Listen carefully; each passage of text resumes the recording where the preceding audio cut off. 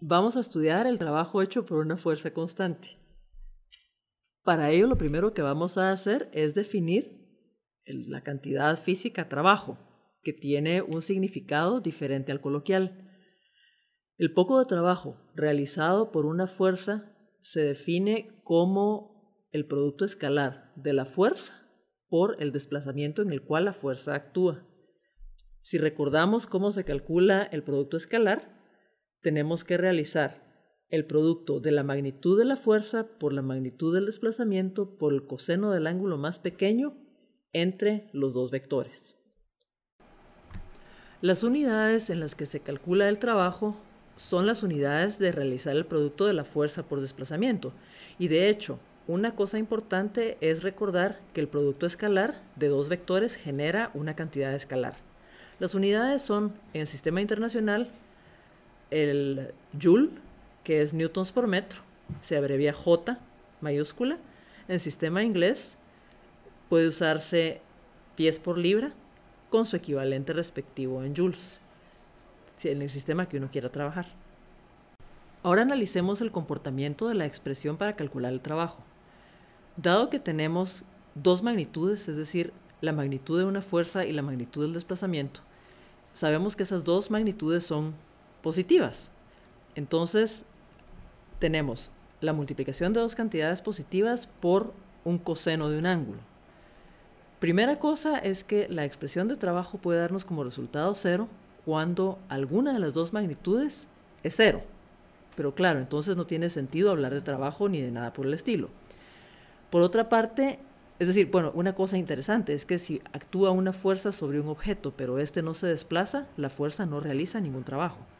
Ahora bien, si el coseno del ángulo es 0, entonces resulta que también el producto escalar de los dos vectores da 0, ¿verdad? Y eso sucede cuando hay perpendicularidad entre la fuerza y el desplazamiento. Como las dos magnitudes, la de la fuerza y el desplazamiento, son cantidades que cuando no son 0 son positivas, el signo del trabajo lo da el coseno del ángulo. Entonces, el trabajo es menor que 0 si el coseno del ángulo es menor que 0. Ok, hagamos un ejemplo de cálculo del trabajo que realizan varias fuerzas que actúan sobre un sistema de un bloque que se desliza sobre una superficie horizontal. Pensemos que el bloque tiene una masa de 40 kilogramos, que sobre él actúa una fuerza de 100 newtons a un ángulo de 30 grados con respecto a la horizontal, que el desplazamiento en el cual actúa la fuerza es de 4 metros y que además existe fricción entre las superficies, y esa fricción la conocemos y tiene una magnitud de 15 newtons.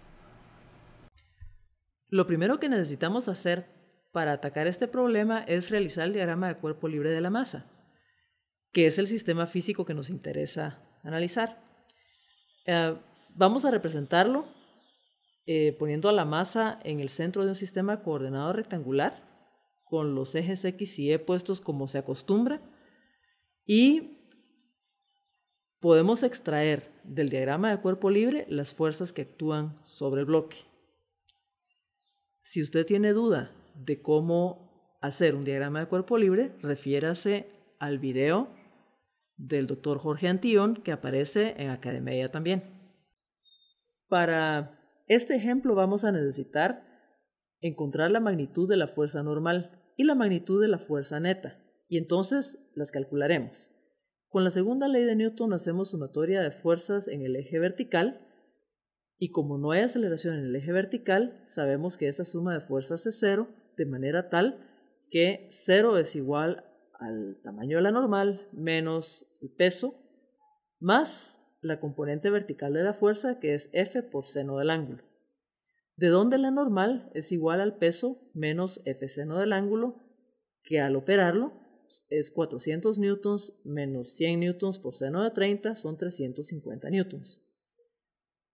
La sumatoria de fuerzas en X o en el eje horizontal sí da diferente de 0. Esa es la fuerza neta, masa por aceleración, y es fuerza por coseno del ángulo menos la fricción.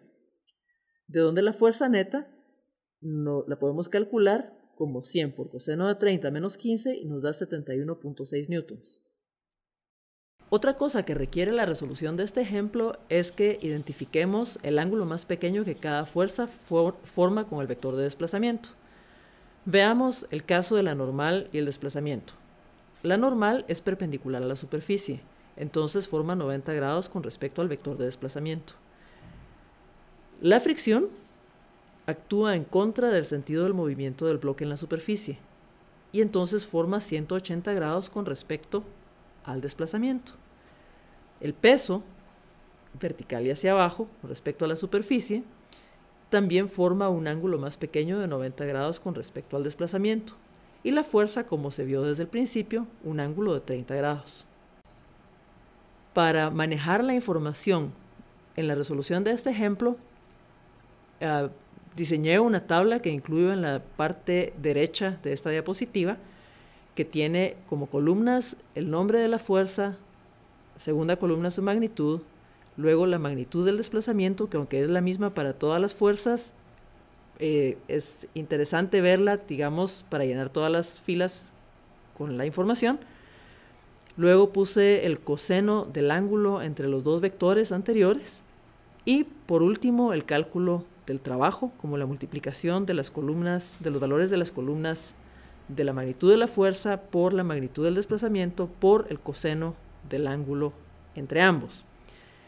Podemos ver, por ejemplo, que una de las consecuencias de la definición de trabajo es que aunque la fuerza normal es diferente de 0 y el desplazamiento es 4 metros, es decir, también es diferente de 0, como el coseno del ángulo entre la normal y el desplazamiento es 90 grados, el trabajo realizado por la normal es 0.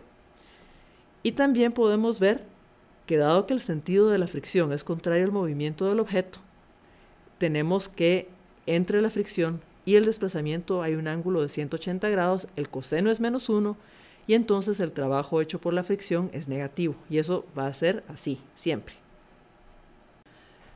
Calculemos ahora el trabajo neto realizado por las fuerzas.